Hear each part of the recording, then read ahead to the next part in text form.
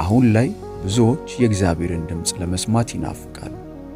ነገር ግን ምንም እንኳን እግዚአብሔር ግልጽ በሆነ መንገድ ስለ ሥራ፣ ስለ ትዳር፣ ስለ አገልግሎት በአጠቃላይ በሕይወታቸው ዙሪያ ቢናገራቸውም ድምፁን ባለመለየትና ከመታዘዝ ይልቅ በቸልተኝነት ማለፍን በመምረጣቸው በሕይወታቸው እጅግ ብዙ ዋጋን ሲከፍሉ ይታያል።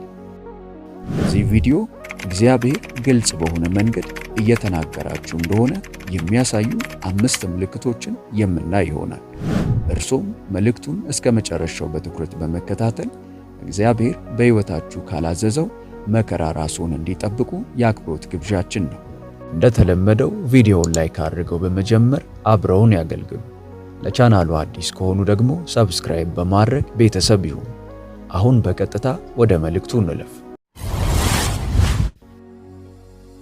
መጽሐፍ ቅዱስ በዮሐንስ 10 ቁጥር 27 ላይ በጎቼ ድምፄን ይሰማሉ፣ እኔም አውቃቸዋለሁ፣ ይከተሉኝማል ይላል።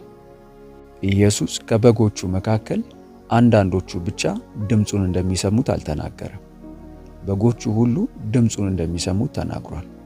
ይህ ማለት እናንተ የእርሱ ከሆናችሁ ከእርሱ ልትሰሙ ይገባል ማለት ነው።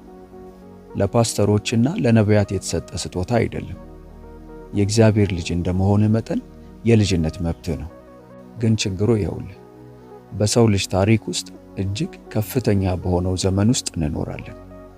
ማስታወቂያዎች፣ ዜናዎች፣ ጫጫታዎች በየቦታው ሁል ጊዜ አሉ። የእግዚአብሔር ድምፅ ግን ከጫጫታ ጋር አይወዳደርም። ጉዳዩን ዘልቆ የሚገባ ነው፣ ነገር ግን በትኩረት ለሚከታተሉት ብቻ ነው። ስለዚህ አሁን እያነጋገረ እንዳለ የሚያሳዩትን 5 ምልክቶች እንመልከት። አንደኛ፣ አንድ የመጽሐፍ ቅዱስ ክፍልን በፍጹም ከአእምሮ ማውጣት አትችልም። አንድ ጥቅስ ታነባለህ፣ እናም በውስጥ ሲከብድ ታየዋለህ። በጭንቅላት ውስጥ ብቻ ሳይሆን በመንፈስም ላይ ሲከብድ ታየዋለህ። አንድ ሰው ሲሰብክ ሲጠቅሰው ትሰማዋለህ። በአምልኮ ውስጥ ትሰማዋለህ። ምናልባት በኩለ ሌሊት እንኳን ልትነቃ ትችላለህ። እናም ያ ጥቅስ አስቀድሞ በአእምሮ ውስጥ አለ። ይህ በአጋጣሚ አይደለም፣ ይህ እግዚአብሔር ነው። ዕብራውያን 4 ቁጥር 12 እንዲህ ይላል፣ የእግዚአብሔር ቃል ሕያው ነውና የሚሠራም ሁለትም አፍ ካለው ሰይፍ ሁሉ ይልቅ የተሳለ ነው፣ ነፍስንና መንፈስንም ጅማትንና ቅልጥምንም እስኪለይ ድረስ ይወጋል፣ የልብንም ስሜትና ሐሳብ ይመረምራል። አንድ ጥቅስ በፍጹም ስለ እርሱ አለማሰብ እስከማትችል ድረስ በልብህ ከከበደና ብቻን ካልተወ ቆም በል፣ ከእርሱ ጋር ተቀመጥ። እግዚአብሔርን ስለዚያ ቃል ጠይቅ። የሚናገረው ሙሉ በሙሉ ስላልተቀበልከው እየደገመው ነው።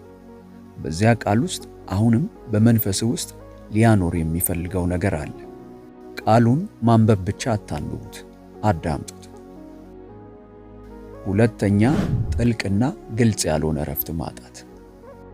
ጭንቀት የለብህም። ስለ አንድ የተወሰነ ነገር አትጨነቅም። ነገር ግን በውስጥ የሆነ ነገር የተረበሸ ሆኖ ይሰማሃል። እስካሁን ሙሉ በሙሉ ያላወቅከው መስቀለኛ መንገድ ላይ እንደቆምክ አይነት ይሰማሃል። ይህ ድክመት አይደለም። ይህ የአእምሮ ጤና ቀውስም አይደለም። ምናልባት እግዚአብሔር ሊሆን ይችላል። ኢሳይያስ ምዕራፍ 30 ቁጥር 21 እንዲህ ይላል፣ ወደ ቀኝም ወደ ግራም ፈቀቅ ብትል ጆሮች በኋላ መንገዱ ይሽናት በእርሷ ሂድ የሚለውን ቃል ይሰማሉ። እግዚአብሔር መንገዶን ሲቀይር ብዙውን ጊዜ ምቾት ሊያጡ ይችላሉ። ስለዚህ ረፍት ማጣት መድኃኒት አይውሰዱ። ምንጩን ይፈልጉ፣ ይጹሙ፣ ይጸልዩ። ከእግዚአብሔር ጋር ብቻቸውን ሁኑ። ሶስተኛ፣ መለኮታዊ ምክር። መለኮታዊ ምክርም ተመሳሳይ ነገር ያረጋግጣል። ስለ ውሳኔ፣ ስለ ግንኙነት፣ ስለ ጥሪ፣ ስለ አቅጣጫ እየጸለይክ ነው። ከዚያም ከየትኛውም ቦታ 3 የተለያዩ ሰዎች ተመሳሳይ ነገር ይነግሩሃል። ፓስተር፣ ጓደኛ እና እንግዳ። እምብዛም የማታውቀው ሰው፣ አንዳቸውም እርስ በርስ ሳይነጋገሩ ሁሉም ተመሳሳይ ነገር ተናግረዋል። ይህ በአጋጣሚ አይደለም፣ ይህ እግዚአብሔር ነው። ምሳሌ ምዕራፍ 11 ቁጥር 14 እንዲህ ይላል፣ መልካም ምክር ከሌለ ዘንድ ሕዝብ ይወድቃል፣ በመካሮች ብዛት ግን ደህንነት ይሆናል። ሁለተኛ ቆሮንቶስ ምዕራፍ 13 ቁጥር 1 እንዲህ ይላል፣ ሁሉ ነገር በሁለትና በሦስት ምስክር አፍ ይጸናል። እግዚአብሔር ቃሉን በሰዎች በኩል ብዙ ጊዜ ያረጋግጣል። እርሱ ግራ የሚያጋባ አምላክ አይደለም። ተመሳሳዩ መልእክት በብዙ ታማኝ ሰዎች ሲመጣ ያ ማረጋገጫ ነው።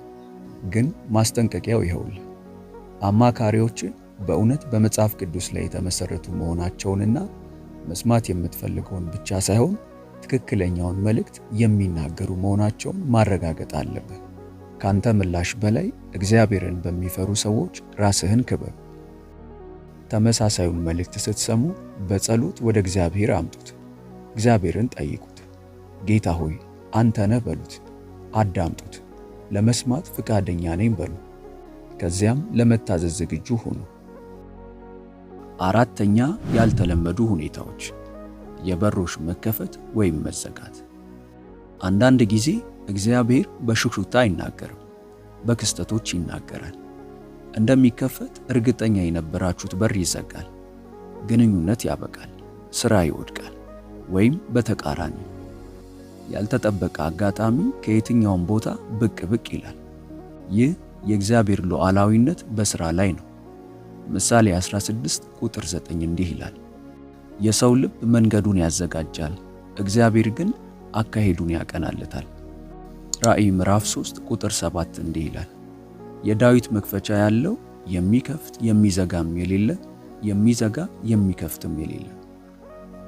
እግዚአብሔር በሁኔታዎች ሲናገር ከተፈጥሮ ብስጭት ወይም ከተፈጥሮ ደስታ በላይ የሆነ ነገር ይሰማዎታል።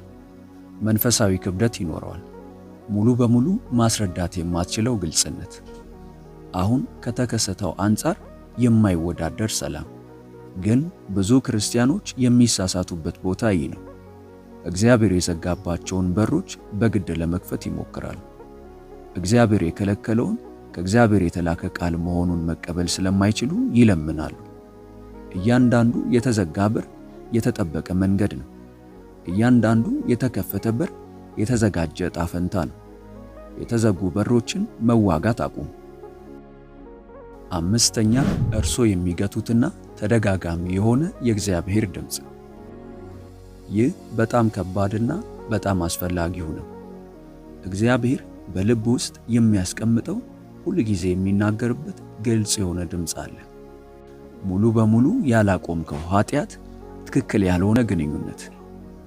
ዮሐንስ 16 ቁጥር 8 እንዲህ ይላል፣ እርሱም መጥቶ ስለ ኃጢአት፣ ስለ ጽድቅም፣ ስለ ፍርድም ዓለምን ይወቅሳል።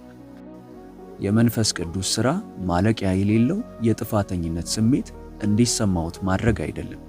የእርሱ ሥራ የእግዚአብሔርን ሙላት እንዳያገኙ የሚያግዶትን ነገር በፍቅር ያለማቋረጥ መጋፈጥ ነው። ስለሚያስብልህ ይወቅሳል። ተስፋ ስላልቆረጠብህ ተመልሶ ይመጣል። ይህ ጭካኔ የተሞላበት እውነት ነው። ይህንን እምነት ባዳከምክ ቁጥር እግዚአብሔርን ላለመታዘዝ እየመረጥክ ነው። ዕብራውያን ምዕራፍ 3 ቁጥር 15 እንዲህ ይላል፣ ዛሬ ድምፁን ብትሰሙት በማስመረር እንደሆነ ልባችሁን እልከኛ አታድርጉ። በድምፁ ላይ ራሳችሁን ባደነደናችሁ ቁጥር ጸጥ ያለ ይመስላል። መናገር ስላቆመ ሳይሆን መስማት ስላቆማችሁ ነው። ይህ ያንተ ጊዜ ነው። ያ ነገር ምንም ይሁን ምን ተወው።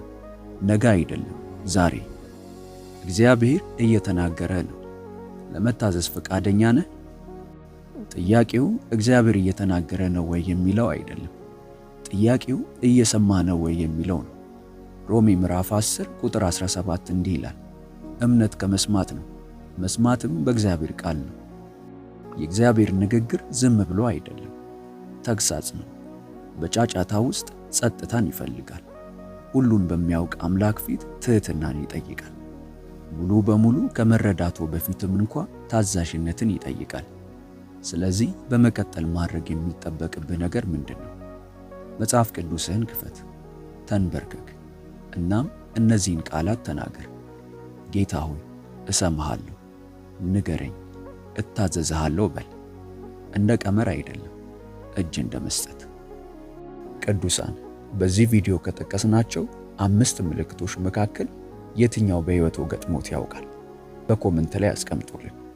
ይህ መልእክት በእውነት መንፈሶን የሚነካዎት ከሆነ እግዚአብሔር ሆይ ልታዘዝ እወዳለሁ የሚለውን መልእክት በተመሳሳይ በኮሜንት ላይ አስቀምጡልን፣ እናየዋለን። ቪዲዮውን ላይክ እና ለወዳጆ ሼር በማድረግ አብረውን ያገልግሉ። ለቻናሉ አዲስ ከሆኑ ደግሞ ሰብስክራይብ በማድረግና የደውል ምልክቷን በመጫን ቤተሰብ ይሁኑ። በቀጣይ በአዲስ ቪዲዮ እስከምንገናኝ ሰላም ሁኑ። ሆሊ ቲዩብ ኢትዮጵያ ዩቲዩብ ቻናል ተባርካችኋል።